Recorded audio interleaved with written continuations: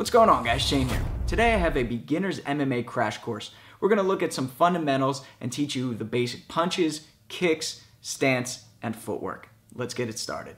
Okay, let's begin by finding our basic fighting stance. So, we're going to stand with our feet shoulder width distance apart. Bring your arms straight up to the sky and let them fall right in front of you. Elbows in front, and your fists should be at cheek level. Now, which hand do you write with? Most of us were right-handed. If so, you're going to take your right foot and put that in the rear. If you're left-handed, you're going to stand in a southpaw stance. Great, now the foot that's in the rear, I want you to rotate the foot out slightly to a 45 degree, and this is going to give us extra stability and balance. Bend your knees slightly, and I want you to avoid squeezing your shoulders or flexing your muscles. You want to stay calm and relaxed here, okay? Now let's talk a little bit about movement and footwork. Whatever direction you want to go in, that's the foot that moves first. Meaning, if I want to step to my left, then my left leg steps first, and then the right. If I want to step to my right, then my right leg steps first, and then my left. If I want to move forward, then the lead leg steps first, then the rear. And if I want to move backwards, then the rear leg steps first, and then the lead. We do this to avoid crossing our legs, okay? You will see this when fighters get a little bit more advanced in the pro level, but until then, you want to make sure that you master the basic fundamentals, okay? So whatever direction you're going in, make sure you step with that foot first. Let's go over some punches. The first one is the jab, and we often refer to this as the one, okay?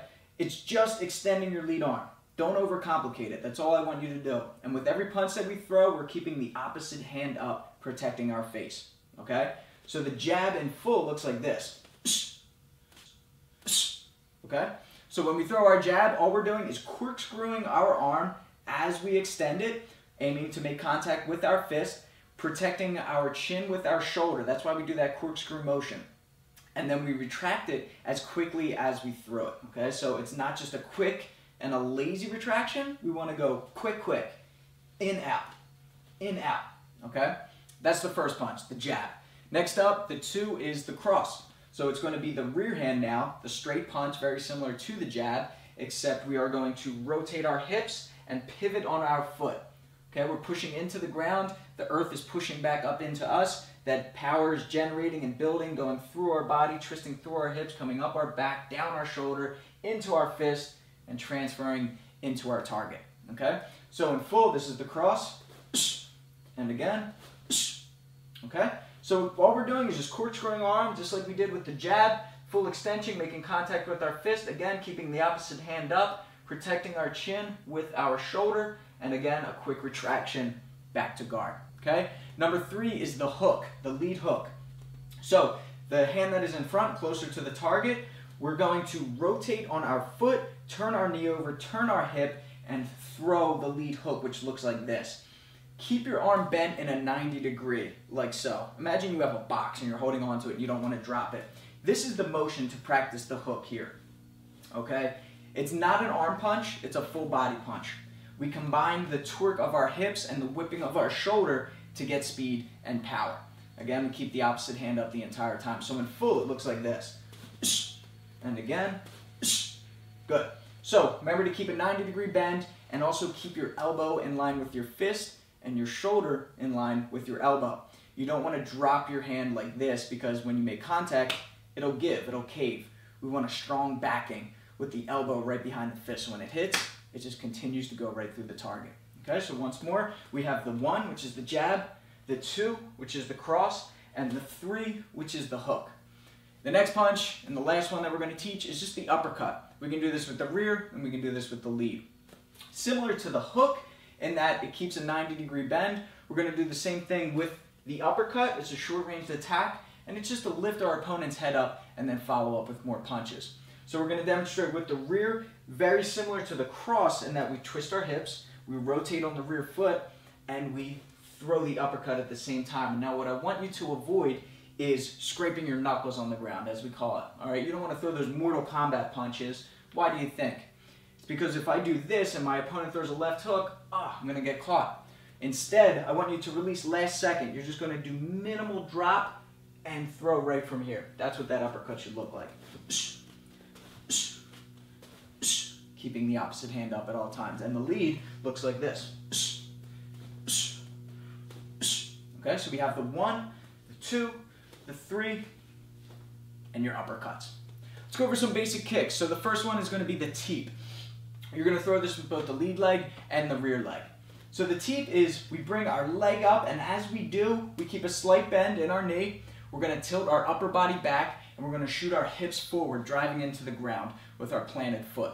Okay? So a teep looks like this. And once more. Okay, on the first one, I did a little bit of a rotation. Okay, this is just get a little bit extra distance and a little more oomph into my kick. But I can keep it more squared and just go here as well. I can hit flat foot, or I can hit with the ball of my foot. Meaning I can go here, more surface area, more likely to land, or I can concentrate it into the ball of my foot. This takes a little bit more practice. This comes from my Taekwondo background. So once again, the teep. Just imagine you're trying to kick down a door. It's a great way to keep someone at bay or to knock them off balance. And then you have the rear teep, which covers a little bit more distance and is a little bit stronger, but takes a little bit more time. Leaning the upper body back as you drive the hips forward. Now, we'll often see in Muay Thai and MMA where whatever side kick we throw, we drop that same side hand. You can do that, especially as a beginner, but it's also good to get in the habit of keeping your hands up, okay? So when we throw that rear teep, boom, you can keep your hands up, or more power, boom, you can swing that scissor hand down. Same thing with the lead. Okay, that's the teep, the front push kick. We also have the roundhouse kick, and these can go to the legs, to the body, or to the head. Now, this is going to take a lot of practice, especially the Thai style roundhouse kick, where we have a full follow through. I recommend for beginners, when you're shadowboxing, practice a full 360-degree motion. It's going to feel awkward, you're going to feel off balance, but the more you do it, the more comfortable you'll feel. So let me show you what it looks like in full. I'll throw a right roundhouse kick to the body. Okay, it may look advanced, but if I do it in slow motion, you'll see it's not that hard. Okay?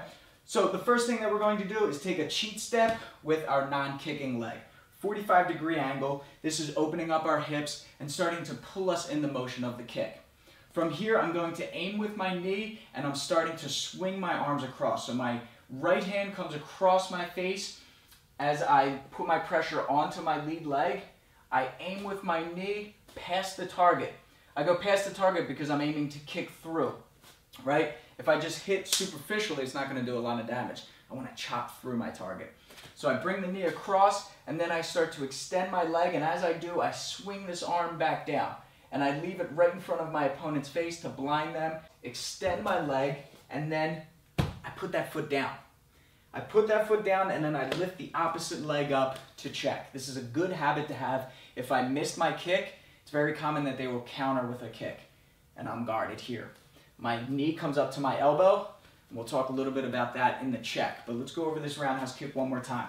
So I take a cheat step, hand comes across, knee comes across, extend the leg for the kick, put that foot down, lift the opposite leg up for the check, and back to my guard, okay? We talked a little bit about checking. So if someone throws a kick, we're going to lift our knee up at a 45-degree angle, flexing our toes up, bringing our knee to our elbow. We don't want to bring our elbow down because then we become exposed. Our head is open for punches and for kicks. So instead, we bring the knee up to the elbow, and we create an entire shield on either side of our body. 45-degree angle and not straight out in front because kicks are circular. Round kicks are circular, the one I just demonstrated. So if it comes here, it's going to knock me off balance. But if I meet it head on, it's going to stop that kick from coming in. And if it's a left kick, I go here, okay? The next one that we're going to look at is the sprawl. The sprawl is a takedown defense to a double leg penetration shot. If you take an MMA class, it's likely that you will be doing this on the first day.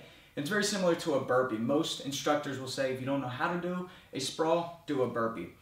What you're going to do from your fight stance is bend your knees. Your hands are going to drop down to the mat, and you're going to shoot your legs out violently, bringing your hips down to the mat, keeping your arms extended, and then you're going to pop right back up as quickly as you went down, okay? So when they say sprawl, I drop down, my hands touch the mat, feet extend out, my hips touch the mat, and then I bounce right back up into my guard, okay? Quick, looks like this. And that's the sprawl. All right, guys, so hopefully this answers your question. This is just a couple of the basic techniques that you will need to know for an intro class in an MMA gym. Hopefully this helps.